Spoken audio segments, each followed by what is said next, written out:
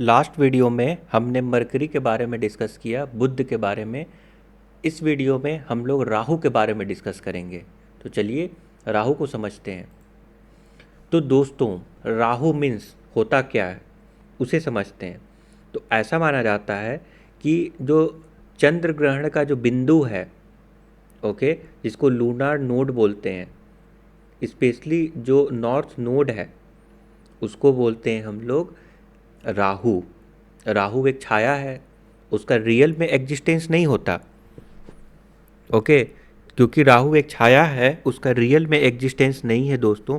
इसीलिए राहु को भ्रम का कारक, इल्यूजन का कारक माना गया है, छल का कारक माना गया है, ओके। मतलब भ्रम, छल, मोह, ये है दोस्तों राहु।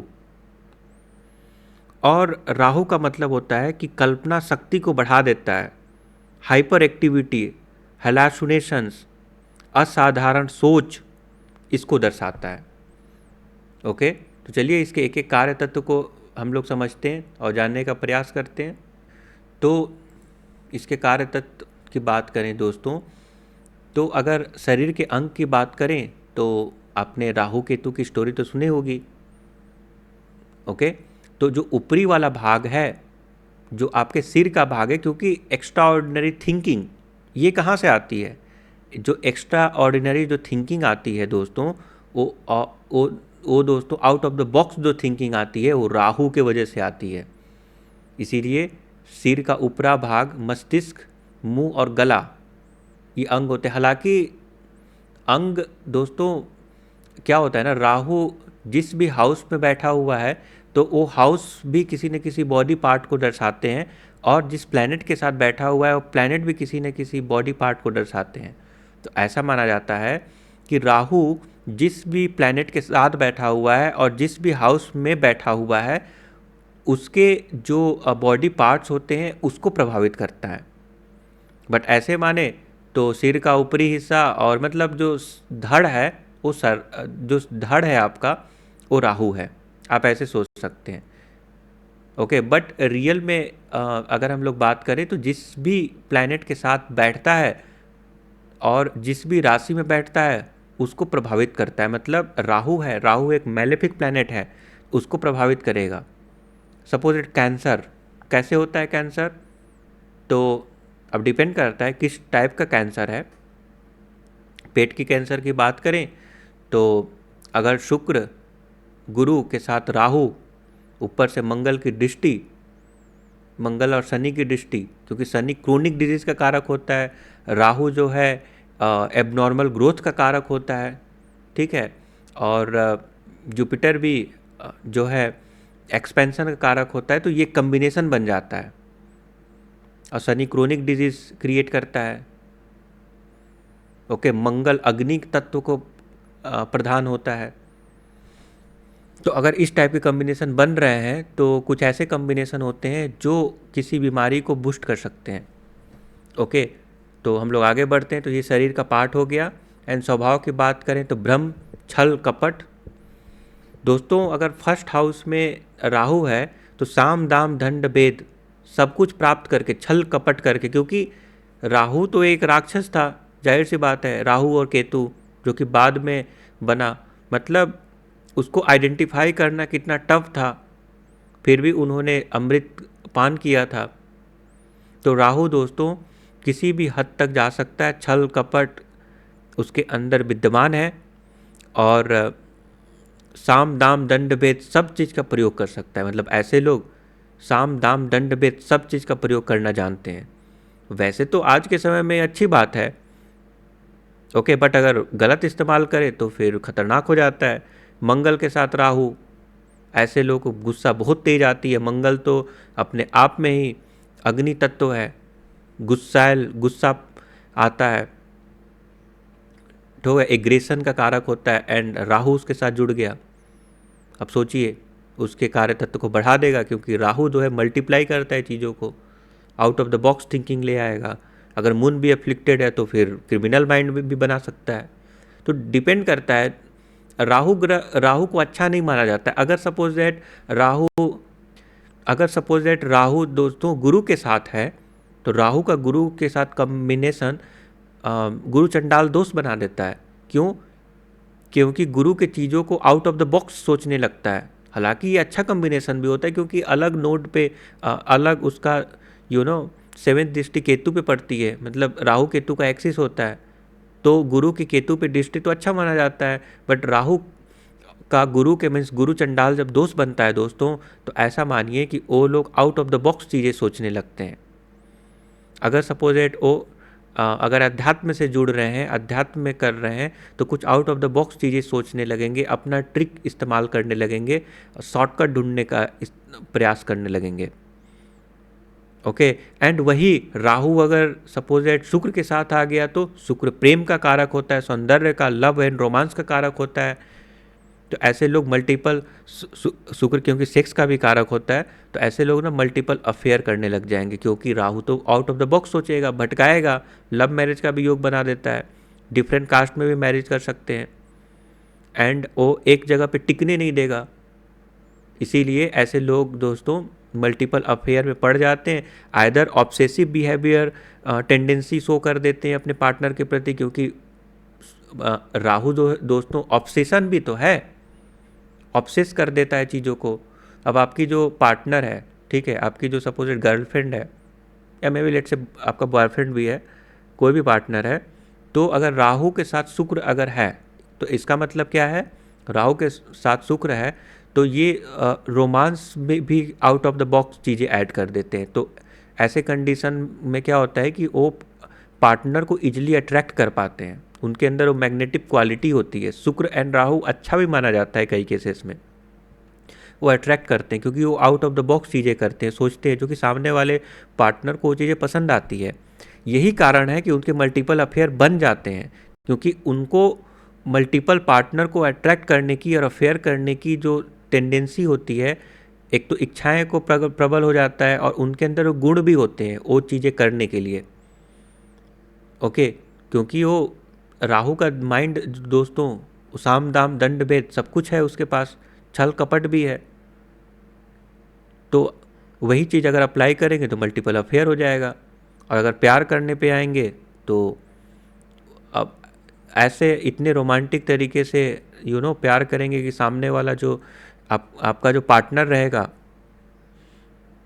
वो जो है काफ़ी इन्जॉय करेगा चीज़ों को, उन्हें मज़ा आएगा। तो ये अच्छी भी बात है, बुरी भी बात है। ओके तो जिससे प्यार करते हैं, बहुत ज़्यादा प्यार करते हैं, एक्सेस करते हैं, ऑब्सेसिव बिहेवियर, अगर सपोज दैट उन्हें अपने लव को प्रदर्शित करने का मौका नहीं मिला, तो ये ऑब्सेसिव बिहेवियर टेंडेंसी शो कर देते हैं।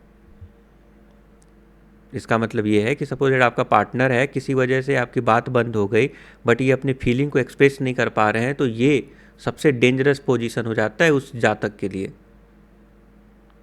ओके एंड ऑफकोर्स ये ऑब्सेसिव बिहेवियर टेंडेंसी तो का सामना तो करना पड़ेगा, बट वो एक्सप्रेस नहीं कर पा रहे हैं, तो it's really difficult and toughest, जो मानसिक परेशानी को जन्म देगा। क्योंकि मानसिक परेशानी का भी कारक है राहु। राहु का जो नेचर है वो मानसिक परेशानी को शो करता है, क्योंकि छल कपट साम दाम दंड भेद लगाना, इतने दिमाग लगाना मानसिक परेशानी का कारक होता है।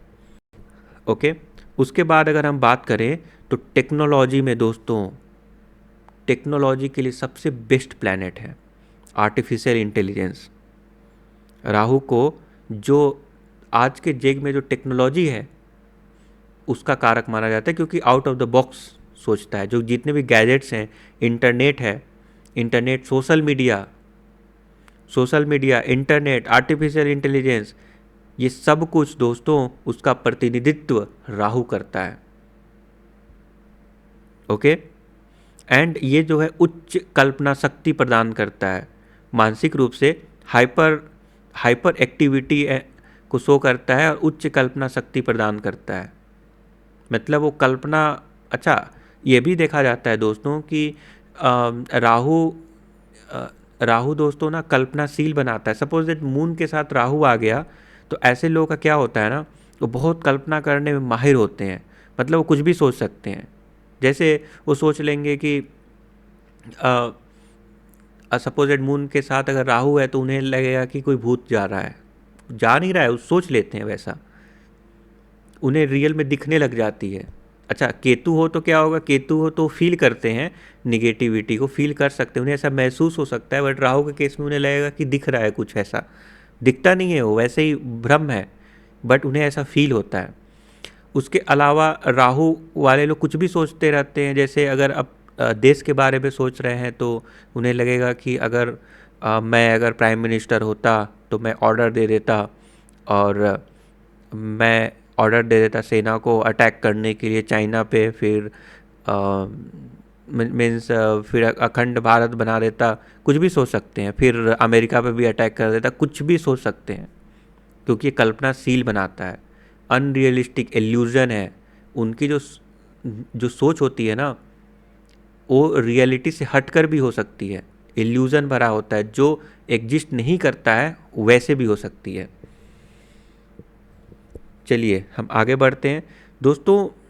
जो राहु होता है ना, नशा का भी कारक होता है, व्यसन, एडिक्शन दे देता है। अगर सपोज सेकेंड हाउस में राहु बैठा हुआ है तो हाई पॉसिबिलिटीज़ है, या 12 हाउस में भी अगर राहु बैठा हुआ है तो ऐसे लोगों ने शराब पीने की या नशा करने की लत लग सकती है। तो ये नशा का भी कारक होता है, नशा ऐसे लोग कर सकते हैं, राहु प्रधान व्यक्ति। ठीक है, तो अब ये तो बुरी बात है, बट सबसे अच्छी बात है साइबर वर्ल्ड में, आर्टिफिशियल इंटेलिजेंस में, इंटरनेट, वर्चुअल रियलिटी, उसका कारक होता है राहु।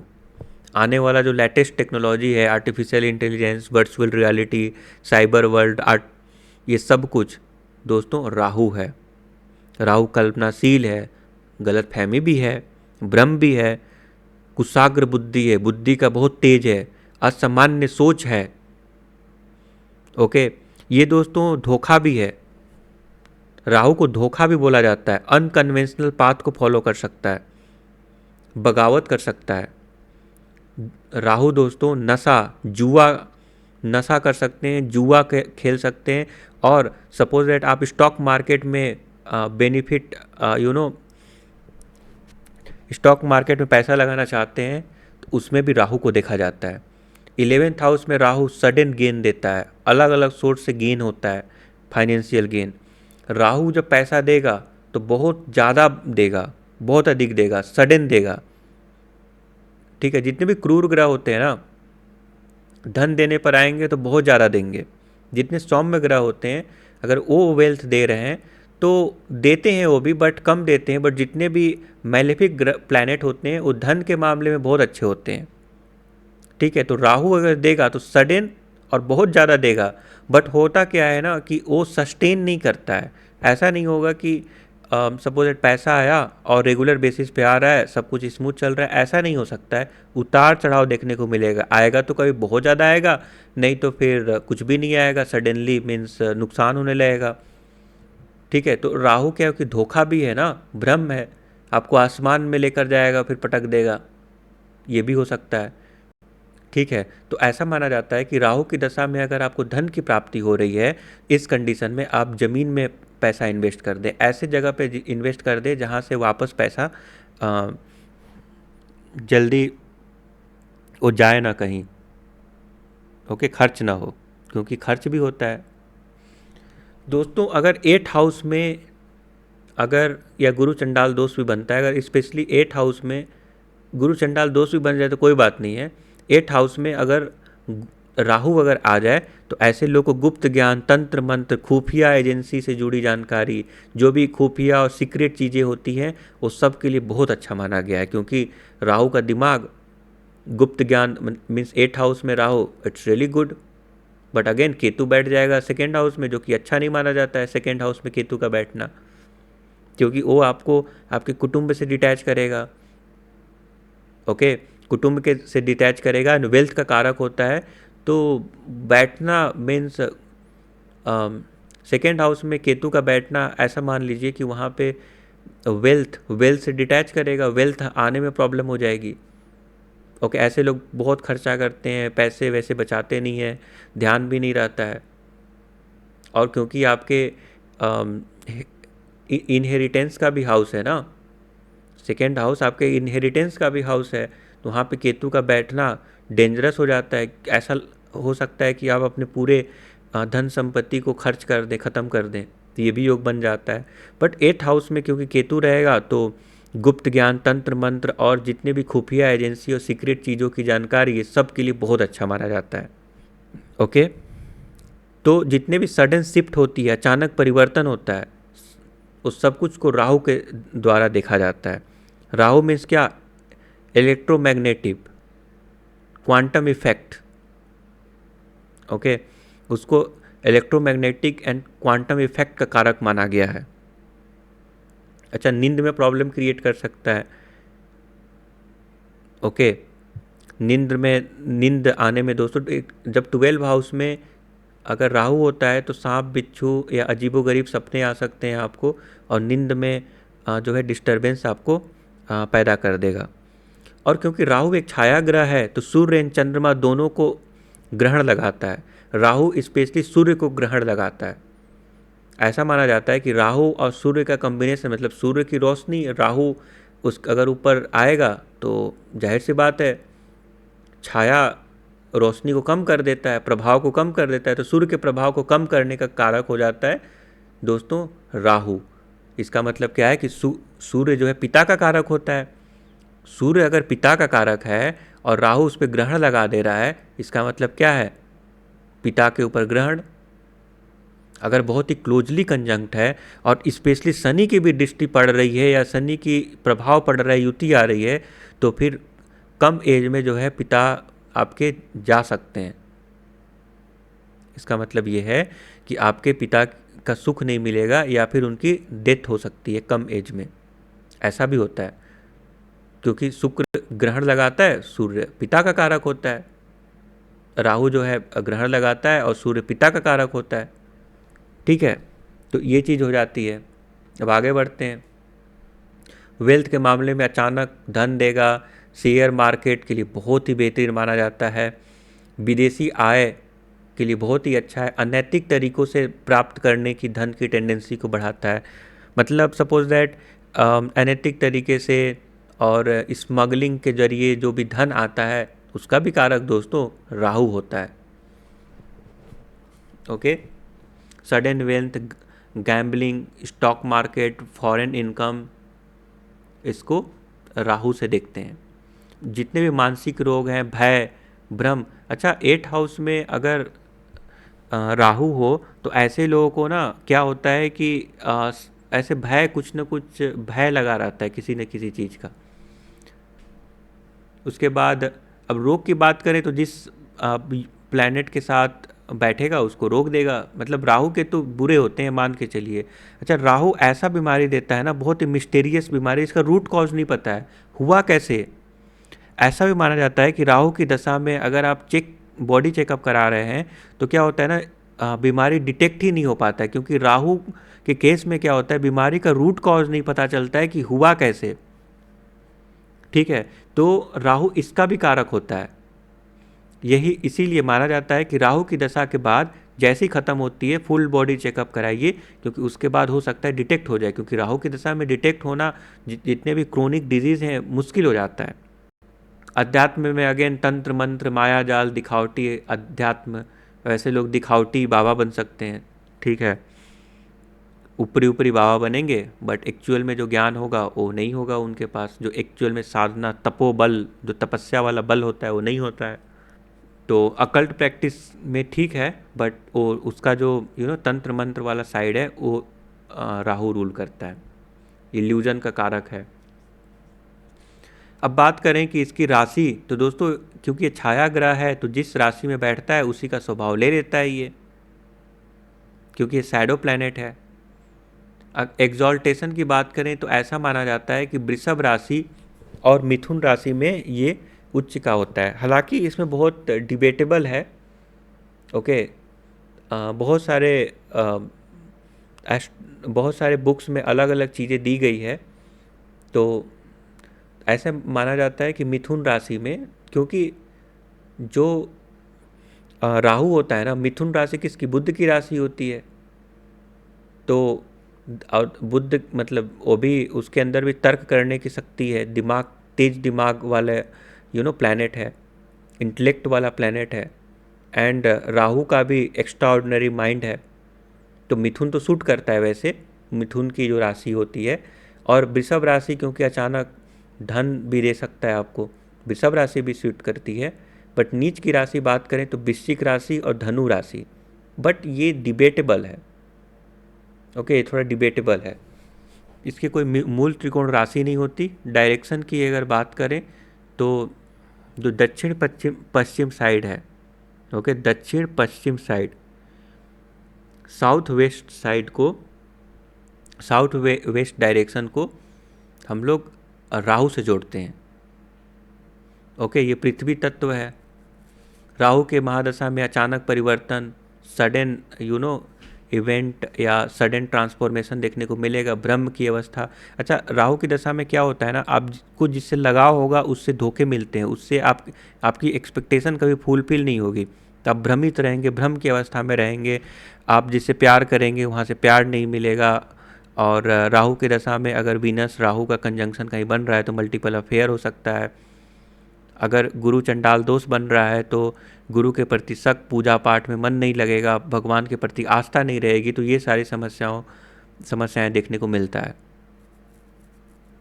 ओके, तो गुरु जो है काफ़ी भ्रम, और ज़्यादातर केसेस में क्या होता है कि कोई भी इंसान अगर एस्ट्रोलॉजर के पास जा रहा होता है तो अगर एक तो काफ़ी ज़्यादा मानसिक परेशानी है तो वो तो राहु की दशा से गुजर रहा होगा, या फिर ब्रेकअप जैसी समस्याओं से अगर गुजर रहा है तो केतु की दशा चल रही होगी उसकी।